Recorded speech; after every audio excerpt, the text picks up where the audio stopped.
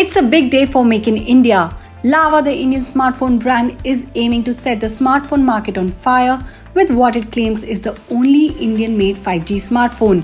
But is there more to the phone than just being manufactured in India, and can it deliver the one key feature every Indian user wants? Value. Let's find out in the Cellguru review of the Lava Agni 5G. Lava is playing it safe with the design of the Agni 5G. The polycarbonate construction is finished in a simple blue color that has a mild gradient to it and looks simple yet sophisticated. The camera island sits at the top, while you'll find Lava branding along the bottom. The left side of the phone sports a fingerprint scanner that was pretty quick to unlock the device over the course of testing. The fingerprint scanner also works as the power button of the phone. The front of the phone has a 6.7-inch screen. Considering the abundance of OLED panels in the segment, the use of an LCD display is a bit disappointing, but you do get a 90Hz refresh rate that makes the interface feel that much smoother.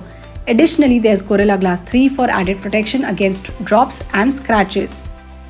The large display makes the Lava Agni 5G feel a bit big, but the company has managed to keep the weight low at 204 grams, and it does not feel heavy even over longer periods of use.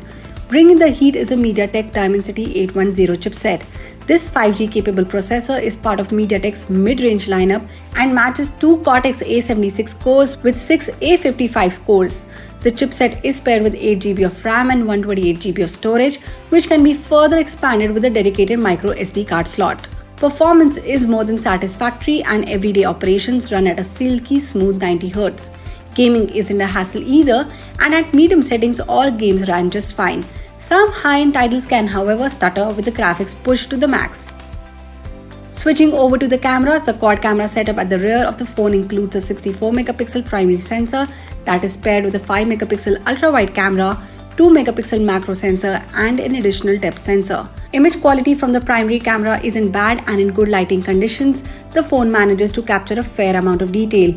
The secondary ultra-wide shooter, however, is too low in resolution to be of much use. Similarly, the macro camera struggles to capture in-focus close-ups. Over on the front, the 16-megapixel selfie shooter captured well-exposed shots with detailed skin tones. The phone also has a 5000 mAh battery that easily lasts a full day of extensive use. In our testing, we regularly managed a day and a half between charges.